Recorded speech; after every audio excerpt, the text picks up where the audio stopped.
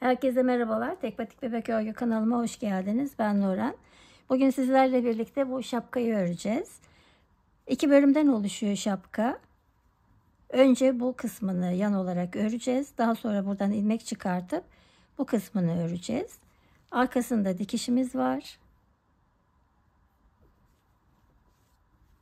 Çok kolay ve çok keyifli bir model. Selanik modelini uygulayarak yaptım. Bundan önceki videoda atkı çalışması yapmıştık. Ona takım olarak yaptım.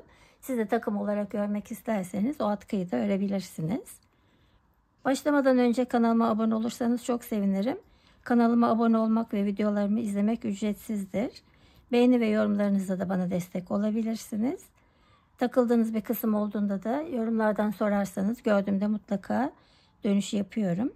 Videolarımın hızlı olduğunu düşünüyorsanız ayarlar kısmından yavaşlatabilirsiniz ya da yavaş olduğunu düşünüyorsanız yine ayarlar kısmından hızını artırabilirsiniz. Mümkün olduğunca yakın çekmeye çalışıyorum ama daha yakından görmek isterseniz de cep telefonundan izlerken ekranı büyüterek, yakınlaştırarak izleyebilirsiniz. Evet, eğer hazırsak hadi başlayalım. Alize Baby Best ile öreceğim. 100 gram 240 metre uzunluğunda anti peeling özelliği olan bir ip. %90 akrilik, %10 bambu karışımlı.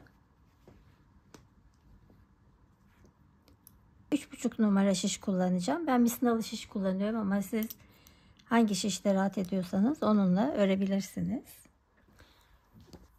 Normal klasik ilmek atma tekniğiyle ilmek atarak başlıyorum.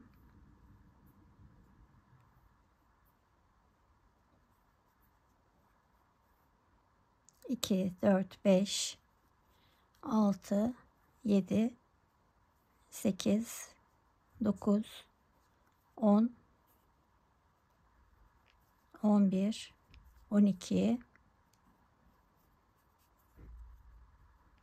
13, 14 ilmek attım.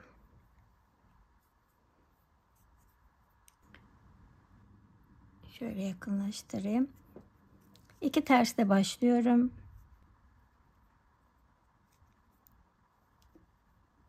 2 ters, 2 düz.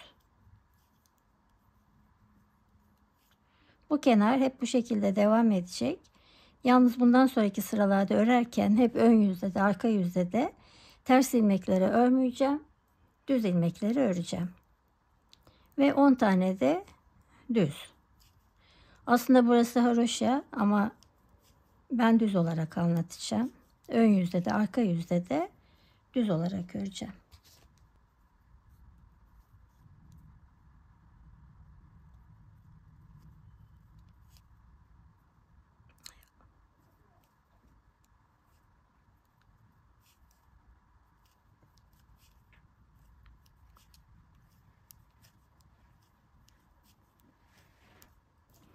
Normalde hep başlama ipim sağ taraftayken örgünün arka yüzünde oluyorum. Ama burada burası dikişe gideceği için burası ön yüz. Şimdi arka yüze geçiyorum. İlk ilmeğimi örmeden alıyorum. Ve 10 ilmek düz olarak örüyorum. Şimdi burada başta sıra başında örmeden alacağım ve burada haroşa dişleri oluşacak. Daha sonra buradan ilmek çıkaracağım bu sıradan.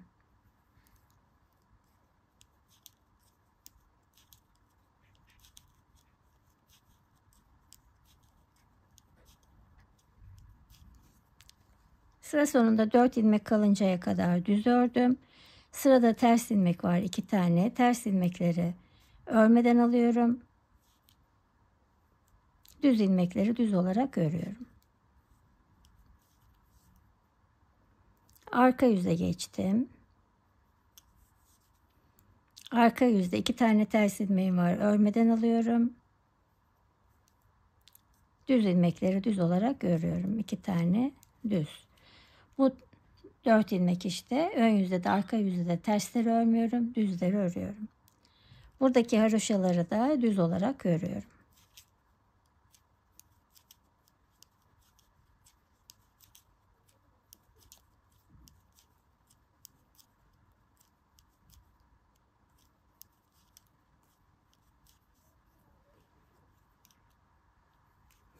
Arka yüze geçtim. Sonda 4 ilmek kalıncaya kadar düz örüyorum.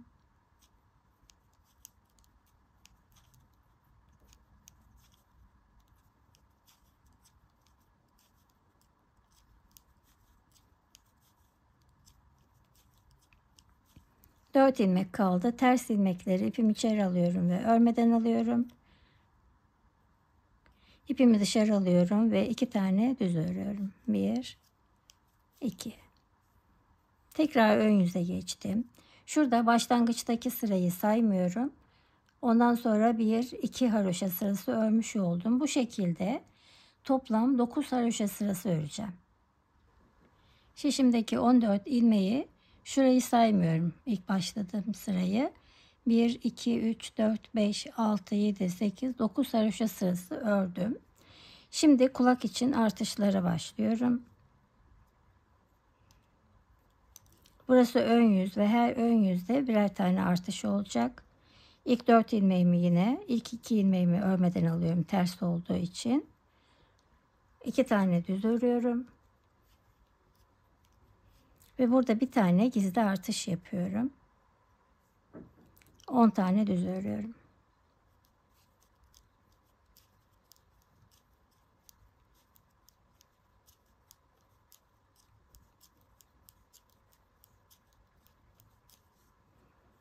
Arka yüze geçtim. İlk ilmeğimi örmeden aldım. Sıra sonunda 4 ilmek kalıncaya kadar düz örüyorum.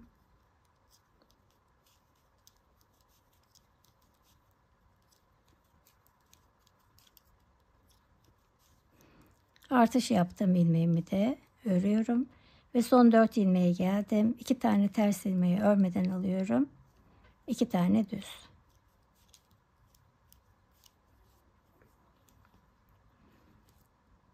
Tekrar ön yüzdeyim.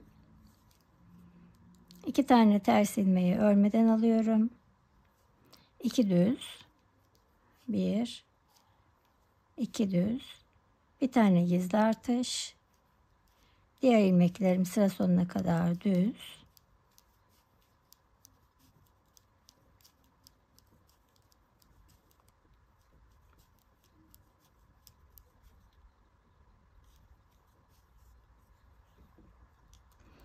Arka yüze geçtim. Sıra sonunda 4 ilmek kalıncaya kadar düz örüyorum.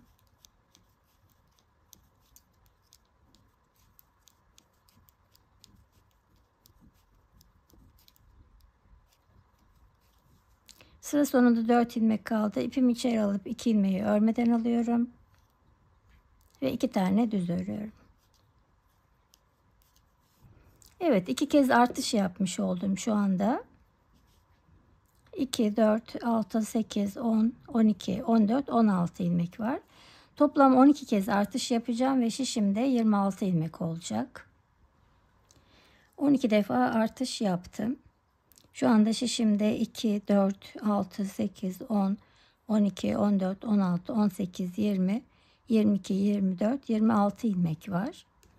Şimdi şuraya bir tane ilmek belirleyici takıyorum.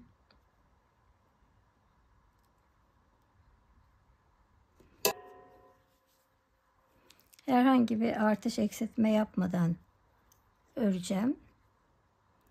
2 ters ilmeğimi örmeden alıyorum.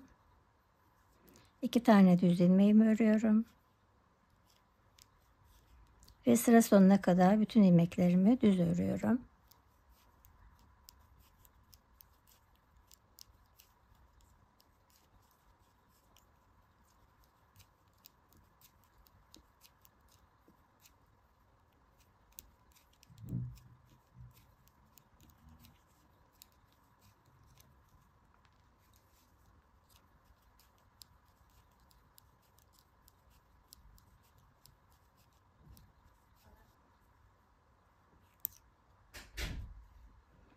Arka yüze geçtim. Sıra sonunda 4 ilmek kalıncaya kadar bütün ilmeklerimi düz örüyorum.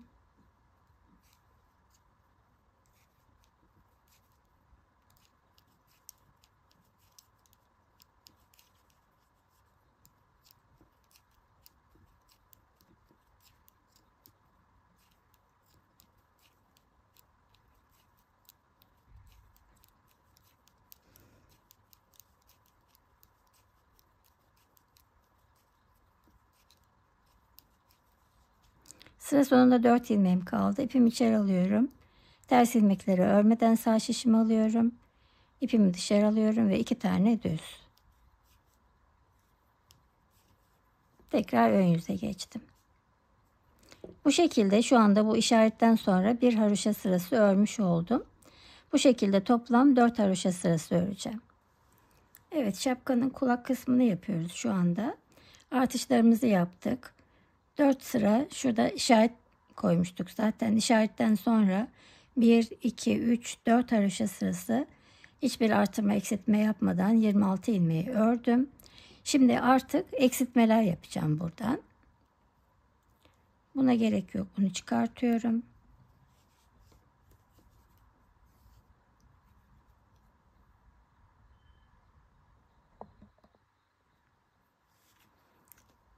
Yine ilk 4 ilmeğimi aynı şekilde örüyorum. İlk 2 ilmeğimi örmeden alıyorum. Sonra 2 ilmek düz örüyorum. Ve sıradaki 2 ilmeği birlikte örerek bir tane kesiyorum. 26 ilmek vardı şişimde. 25'e düştü.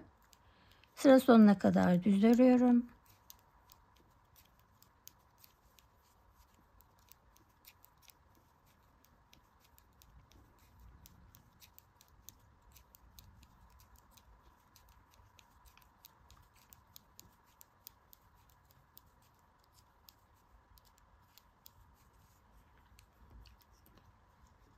Arka yüze geçtim. Sıra sonunda 4 ilmek kalıncaya kadar düz örüyorum.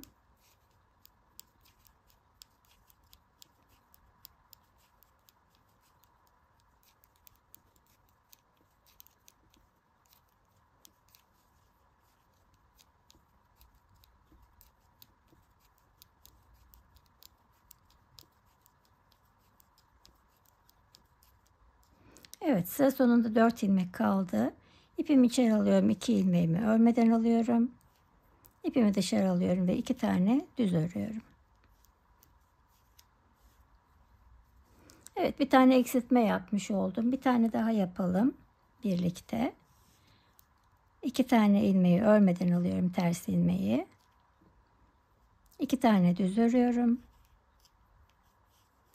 Bu 2 ilmeği birlikte örerek bir tane eksiltiyorum ve sıra sonuna kadar düz örüyorum.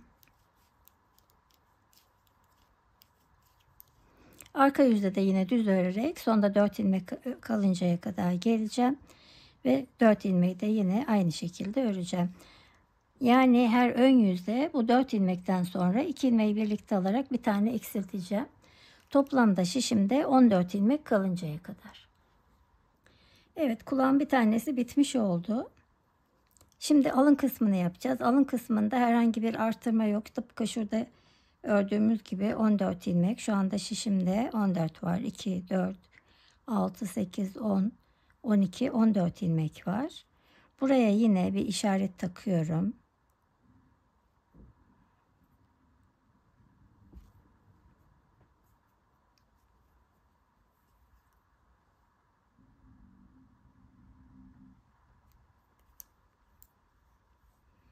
İki tane ters ilmeğim var, örmeden alıyorum.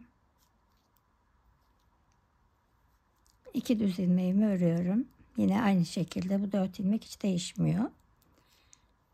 Diğer ilmeklerimi düz örüyorum sıra sonuna kadar.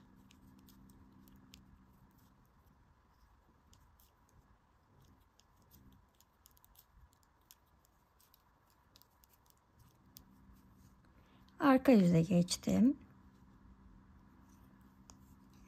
Arka yüzde sonda 4 ilmek kalıncaya kadar düz örüyorum.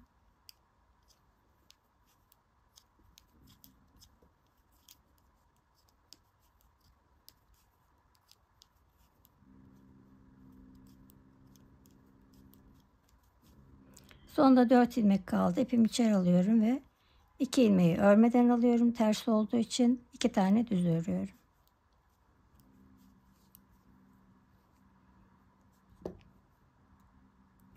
Evet, şimdi burada bir sıra, şunu saymıyorum. Bundan sonra bir sıra haroşa oluşmuş oldu. Toplam 18 düşünüyorum. Ördükten sonra toplam kaç sıra ördüğümü söyleyeceğim.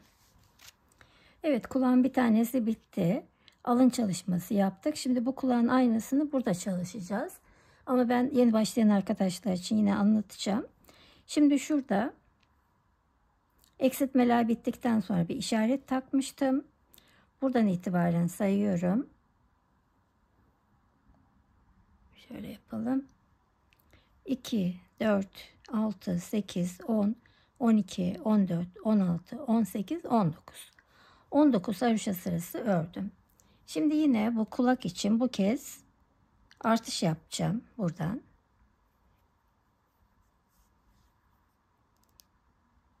İlk 2 ilmeğim ters olduğu için örmeden alıyorum. 2 tane düz ilmeği örüyorum. 4.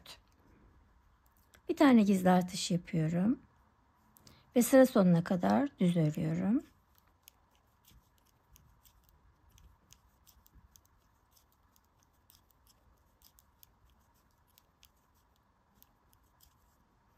Arka yüze geçtim. Sıra sonunda 4 ilmek kalıncaya kadar düz örüyorum.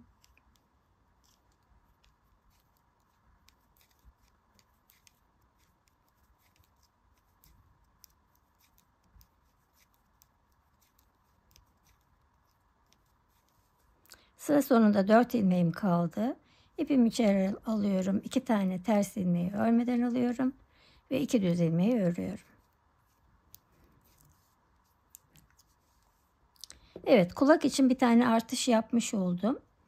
Toplam 12 kez artış yapacağım. Buradaki 4 ilmeği ördükten sonra her ön yüzde bir tane gizli artış yapacağım. Toplam 12 tane gizli artış yapacağım ve şişimde 26 ilmek olacak.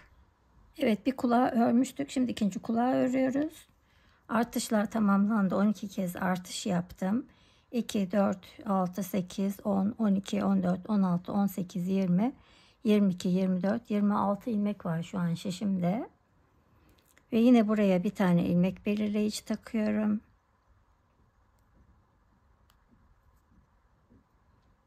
Ve şimdi 2 ters örmeden 2 düz örüyorum. Buradaki ilmekleri 26 olduğuna göre burada 22 ilmek var. 22 ilmeği ön yüzde de arka yüzde de düz örüyorum. Ve buradaki 4 ilmeği de yine aynı şekilde örerek toplam 4 sıra öreceğim. 4 haroşa sırası öreceğim. Evet, ikinci kulak çalışmasını yapıyoruz. Artışlar bitti.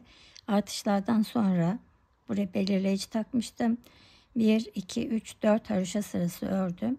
Şimdi artık eksiltmelere başlıyorum.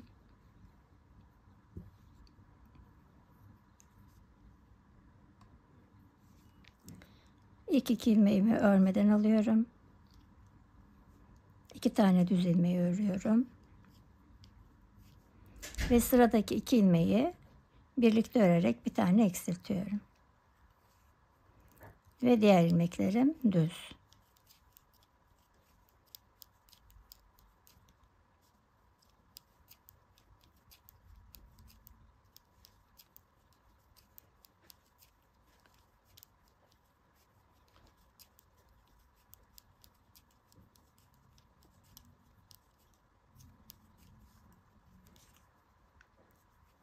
Arka yüze geçtim. Sıra sonunda 4 ilmek kalıncaya kadar düz örüyorum.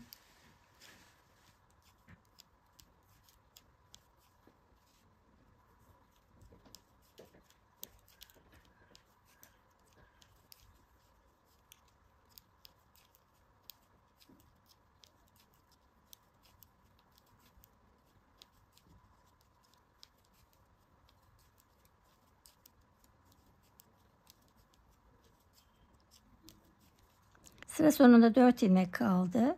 2 ilmeği örmeden alıyorum. 2 ilmek düz örüyorum. Evet, ön yüzde bir tane eksiltmiş oldum. Her ön yüzde bu 4 ilmekten sonra 2 ilmeği birlikte alarak birer tane eksilteceğim. Ve bu işlemi şişimde 14 ilmek kalıncaya kadar yapacağım. Evet, eksiltmeler de bitti. Şu anda şişimde 2, 4, 6, 8, 10, 12, 14 ilmek var. Şimdi artık bu 14 ilmeği yine buraya bir işaret takalım. Ve 8 haroşa sırası oluncaya kadar buradaki 4 ilmeği yine aynı şekilde, buradaki 10 ilmeği de ön yüzde düz, arka yüzde düz örerek 8 haroşa sırası örüp artık bu birinci kısmını bitireceğiz. Evet, burada da 1, 2, 3, 4, 5, 6, 7, 8 sıra ördüm ve artık kesiyorum. Burada ters ilmek var, ters, ikinci ilmek ters, önceki ilmeği üzerinden atlatıyorum.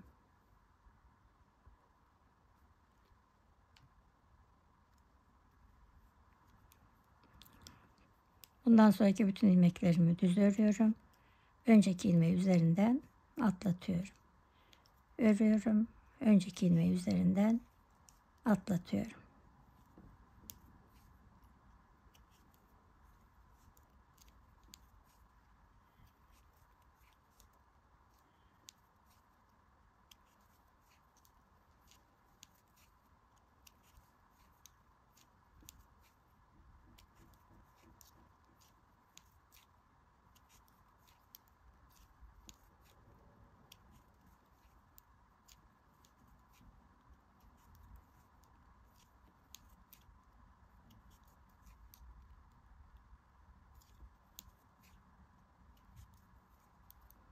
Evet, şu ilmeği biraz şöyle çekiyorum. Şimdi burası ön yüz. Şöyle ikiye katlayıp aslında şöyle olacak. Şu şekilde.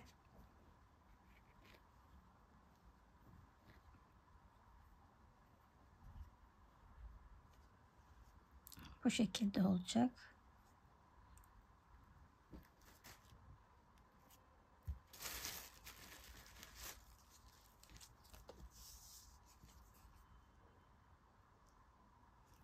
...19 santim. Burada en dar olan kısım 5 santim. Şu geniş olan kısım da 9,5 santim. Şimdi bu ilmek belirleyiciyi çıkarmadım buradan. Burası ön yüz. Buradan bitirmiştim.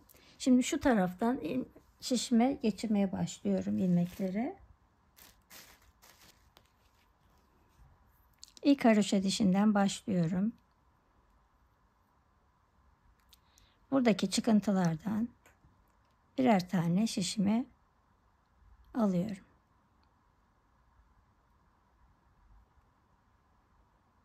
Evet, sırayla bütün ilmekleri şişime alacağım.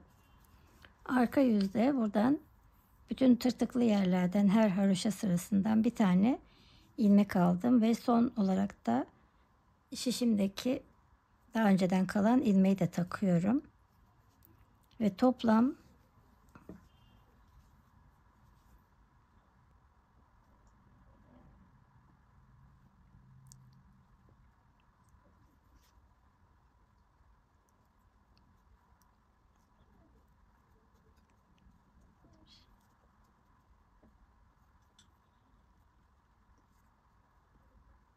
93 ilmek var şu an şişimde.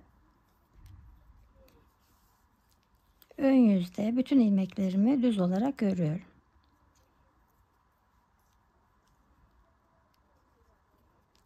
Sıra sonuna kadar bütün ilmeklerim düz.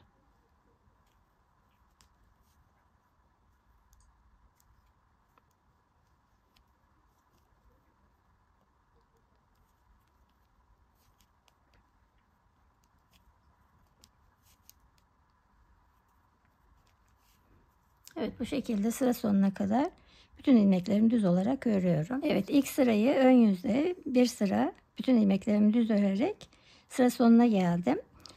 Şimdi burada ilmek çıkarırken her bir haroşa dişinden bir tane ilmek çıkardım. Eğer benimle aynı başladıysanız sizde de 93 ilmek olacak. Eğer farklı başladıysanız, daha küçük ya da daha büyük yapıyorsanız buradaki ilmek sayınız farklı olacaktır. Önemli olan buradan çıkardığınız ilmeğin sayısı tek sayı olması. Çünkü Selanik modelini kurduğumuzda daha düzgün duracak tek sayı olursa. Yani çift olursa da sıkıntı olmaz ama tek de daha düzgün olur. O nedenle burada ilmek çıkardıktan sonra mesela şimdi bu ters sırayı örerken bir tane eksiltebilirsiniz veya bir tane artırabilirsiniz eğer tek sayı değilse. Şimdi ikinci sırayı örüyorum. Arka yüzdeyim. İlk ilmeğimi örmeden alıyorum. Bir tane düz örüyorum. Ve sıra sonunda 2 ilmek kalıncaya kadar bütün ilmeklerimi ters örüyorum.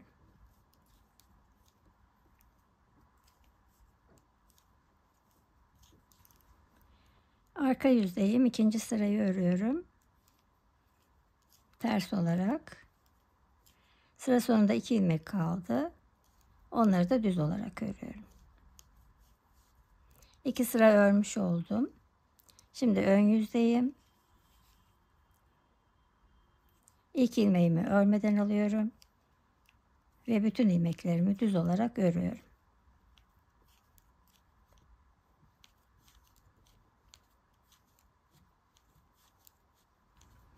Evet, ön yüzde düz, arka yüzde ters olarak 3 sıra örmüş oldum. Buradan da sayarsak 1, 2, 3 sıra ördüm. Şimdi arka yüzde Selanik modelinin kurulumunu yapacağım. İlk ilmeğimi örmeden alıyorum. İkinci ilmeğimi düz örüyorum. Ve bir ters, bir düz.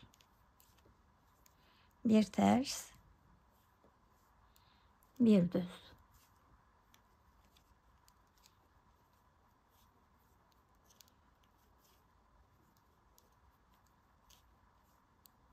Sıra sonunda 2 ilmek kalıncaya kadar bu şekilde örüyorum bu sırayı. Evet, arka yüzdeyim. Selanik modelinin kurulumunu yaptığım sıradayım.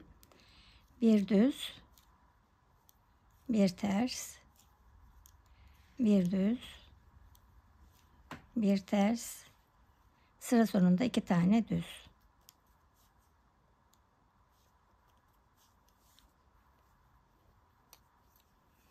Ön yüze geçtim. Bundan sonra artık Selanik'te sadece ilk sıra bir ters bir düz. Ondan sonraki bütün sıralarda şimdi ilk ilmeğimi örmeden alıyorum. İkinci ilmeğim düz. Şimdi sırada düz ilmek var. Bu düz ilmeği normal ilmeğin içine değil, bir alttaki ilmeğin içine girerek örüyorum. Ve bir tane ters örüyorum. İlmeğin içine değil, bir alttaki ilmeğe giriyorum. Ters. Düz ilmeği ilmeğe değil, alttaki ilmeğin içine girerek örüyorum.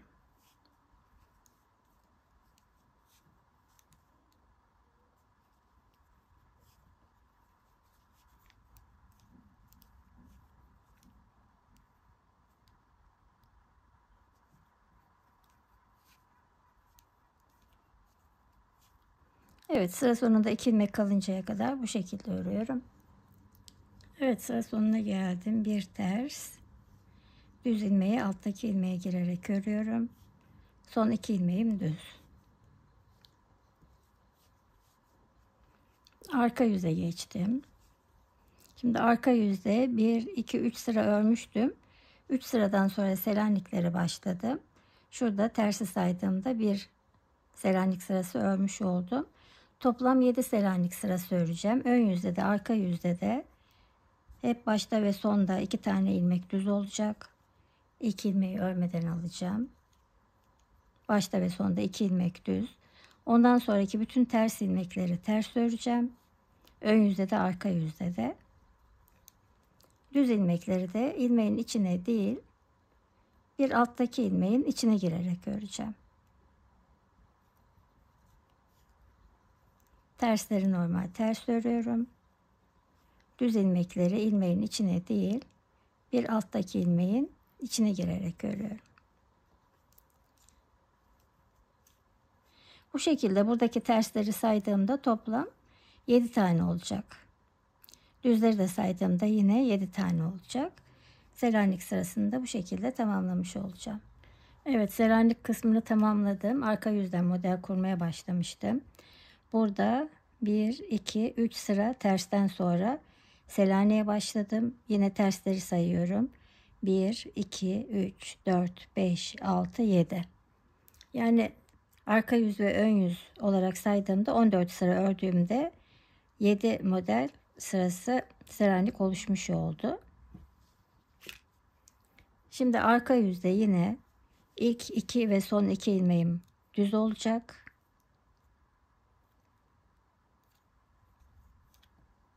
Aradaki bütün ilmeklerim ters olacak.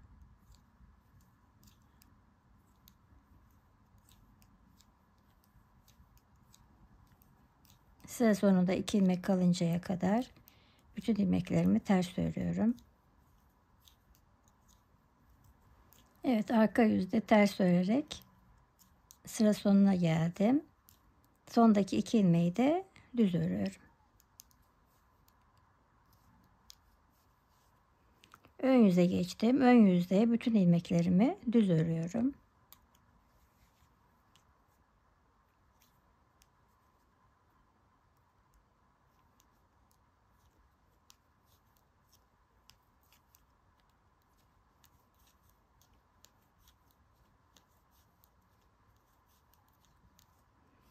Ve burada 2 sıra düz örgü oluşmuş oldu.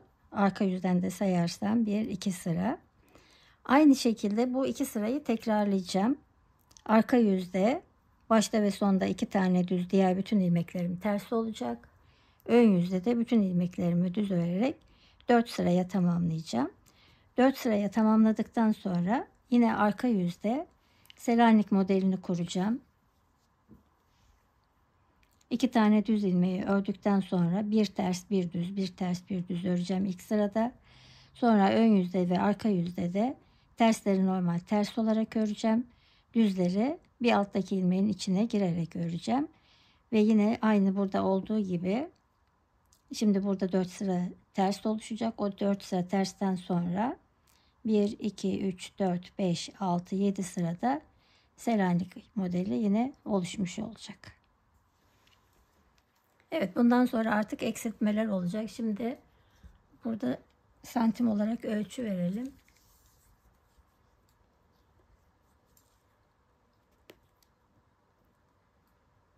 15,5 santim. Toplam 15,5 santim örmüş oldum.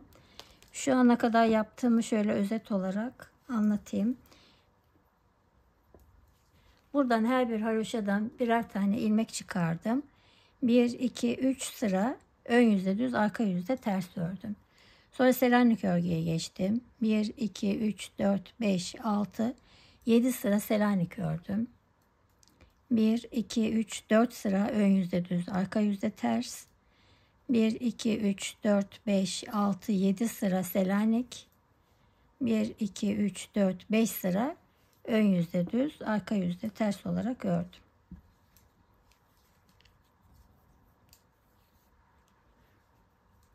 Şimdi ilk ilmeği örmeden alıyorum. İkinci ve üçüncü ilmeği birlikte örüyorum.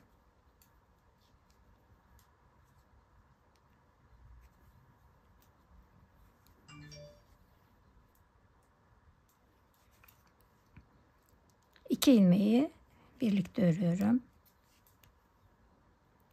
2 ilmek birlikte. Sıra sonuna kadar bu şekilde örüyorum.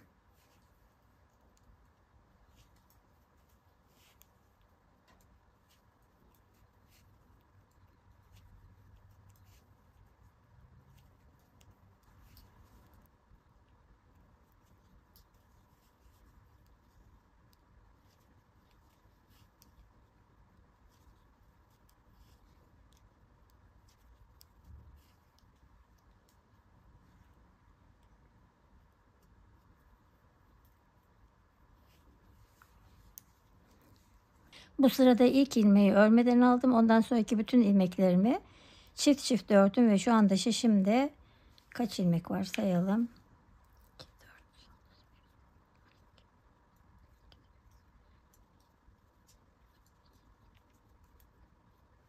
47 ilmek var. Arka yüze geçiyorum.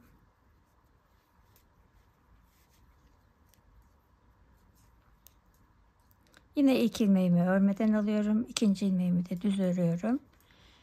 Sıra sonunda 2 ilmek kalıncaya kadar bütün ilmeklerimi ters örüyorum.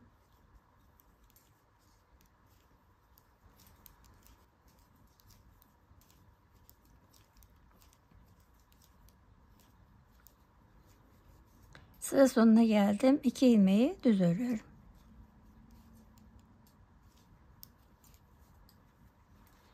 Tekrar ön yüzdeyim. İlk ilmeğimi örmeden alıyorum. Sonraki ilmeklerimi hep 2 ilmeği birlikte örüyorum.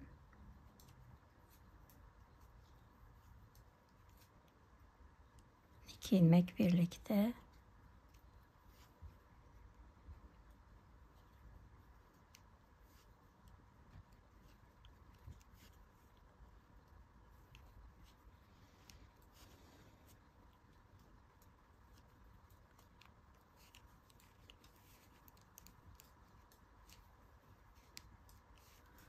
Evet, bu sırayı da bu şekilde tamamlıyorum. Şu anda şişimde 2, 4, 6, 8, 10, 12, 14, 16, 18, 20, 22, 24 ilmek var. Arka yüze geçiyorum.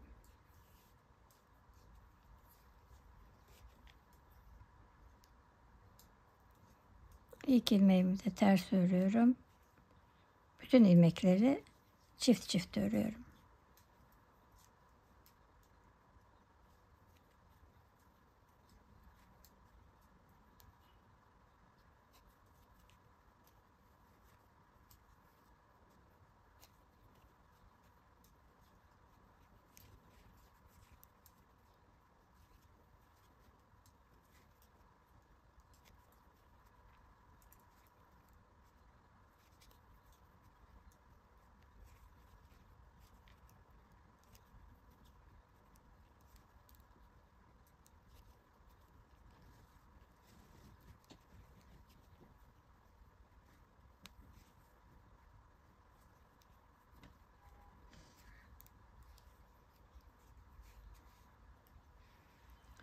İki, 4, 6, 8, 10, 12, 13 ilmek var şu an şişimde.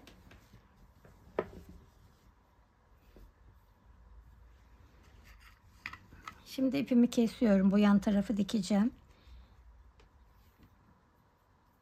Şöyle biraz uzunca bırakıyorum ipimi.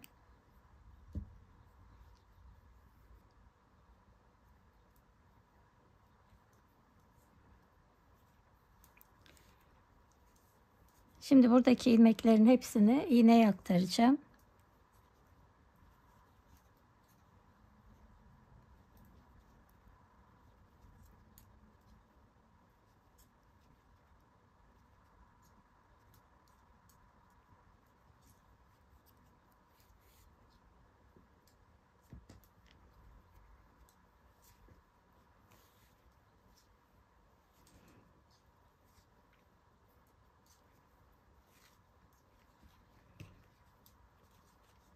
Evet, bu tepeyi sıkılayalım.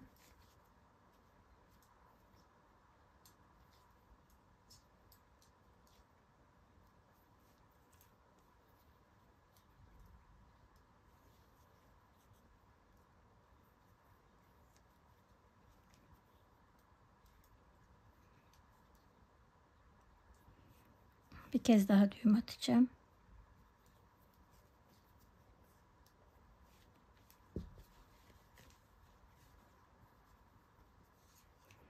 Şimdi bu kısmını birleştireceğiz.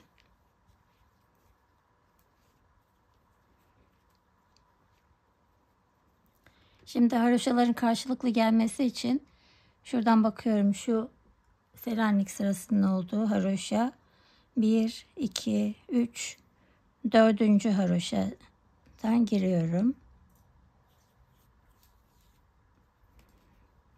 Bu taraftan da şu Selaniklerin olduğu sıra 1, 2, 3, 4. haroşa da burası.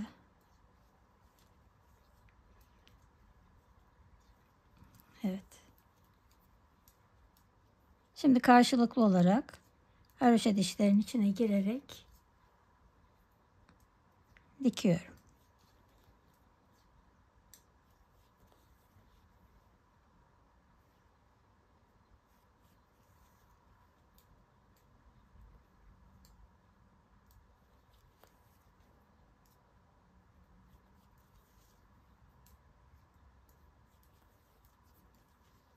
Evet, buraya kadar dikelim. Karşılıklı olarak haroşa dişlerin içine girerek diktim buraya kadar. Şimdi burada da bu hattın dış tarafından alıyorum. Bu taraftan da şuradaki çıkıntıdan alıyorum. Bir buradan, bir buradan.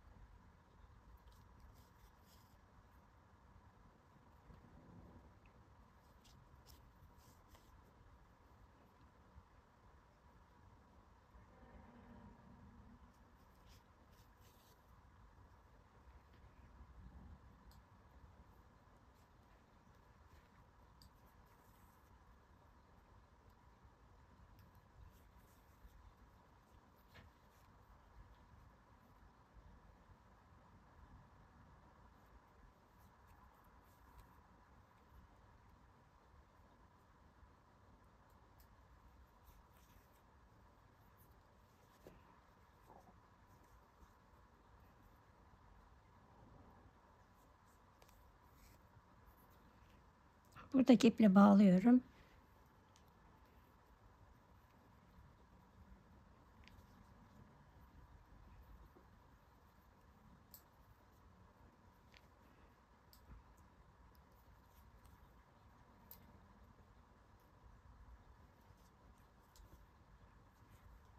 Şimdi buradaki haroşaların içinden birazcık ipimi yürütüyorum.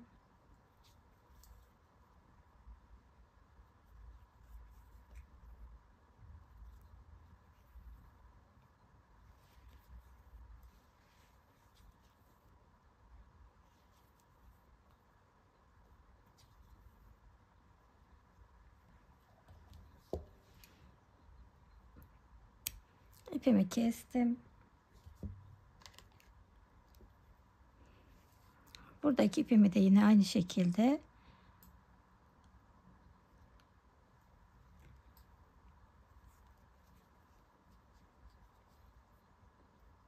buradan birazcık yürüterek gizliyorum.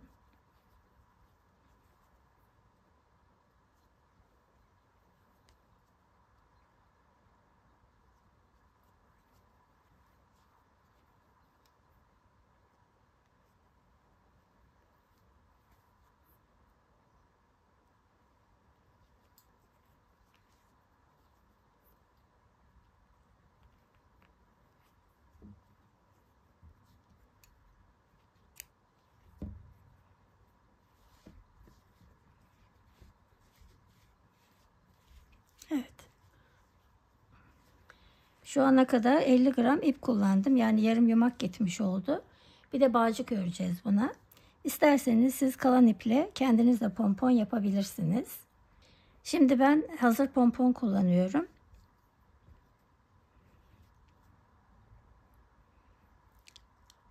Pomponun iplerinden birini içeri alıyorum. Karşısından da diğer ipi içeri alıyorum.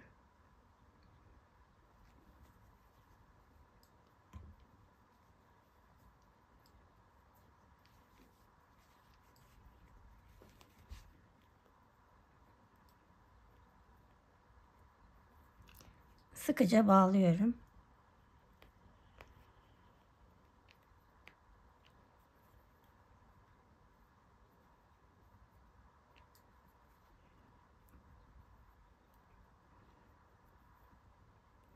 Birkaç kez bağladım sıkıca.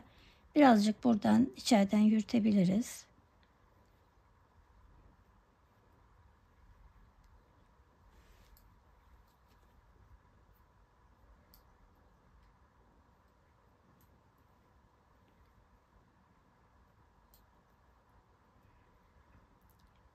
Şimdi ipin tekini geçireceğim. Ve tekrar birkaç kez bağlayacağım.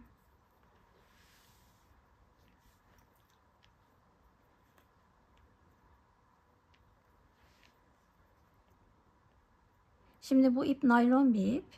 O nedenle ben kestikten sonra bunun ucunu yakacağım. Siz normal pompon yaptıysanız, ipiyle pompon yaptıysanız şapkanın yakmanıza gerek yok. Ben şimdi bunu biraz yakacağım ki şey olmasın, açılmasın naylon ip olduğu için. Evet, daha büyük çocuklara yaptığınızda bağcık yapmak zorunda değilsiniz. Şimdi ben buna bağcık yapacağım. Burada kulak kısmında iç taraftan şöyle tam ortadan 2 ilmek öreceğim önce.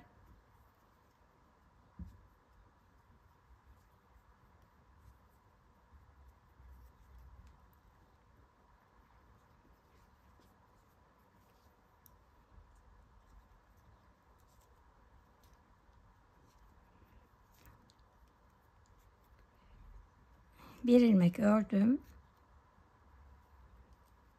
Bir tane artış yaptım ve yine bir tane ördüm.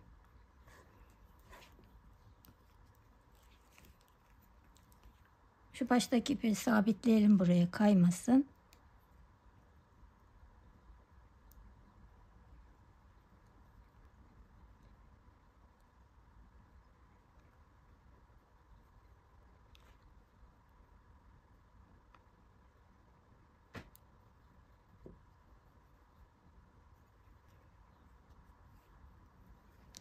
Evet, aykort tekniğiyle yapacağız bağcığı.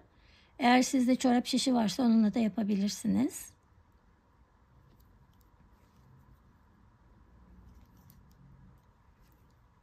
Hep ön yüzden örüyorum. 3 ilmek ördüm. Tekrar diğer şişime aktarıyorum.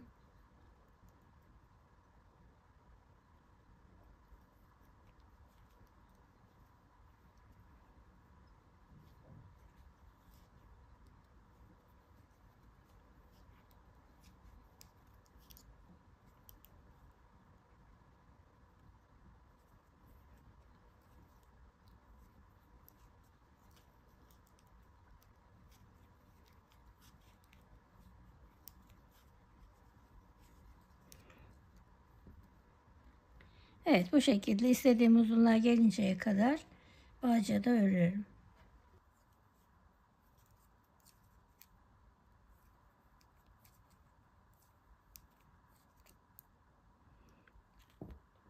Evet, bağcık da bitti. Şimdi bunu tığ ile toplayacağım.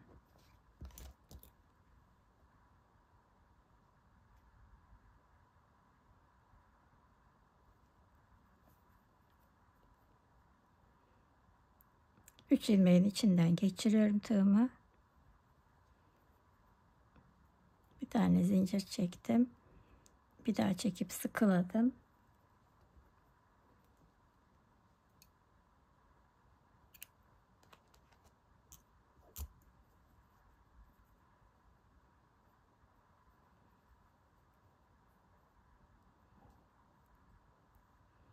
Ve buradan bağcığın içinden birazcık yürüterek gizleyeceğim.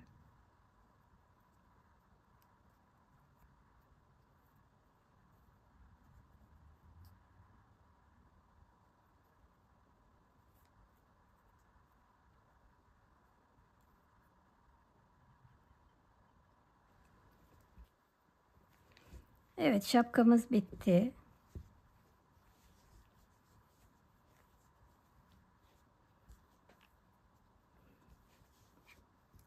Bu bitmiş haliyle de yine santim ölçüsü vereceğim.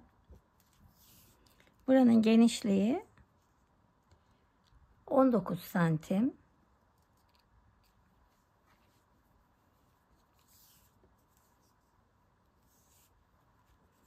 Uzunluğu da 16-16,5 santim. 16,5 santim. 1 yaş ve üstü diye geçiyor bu büyüklük, bu ölçüler.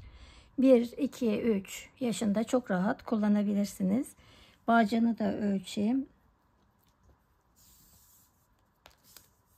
Bu bağcığı istediğiniz uzunlukta yapabilirsiniz. Benimki 26 santim olmuş. İsterseniz buradan bir düğüm de atabilirsiniz ucuna.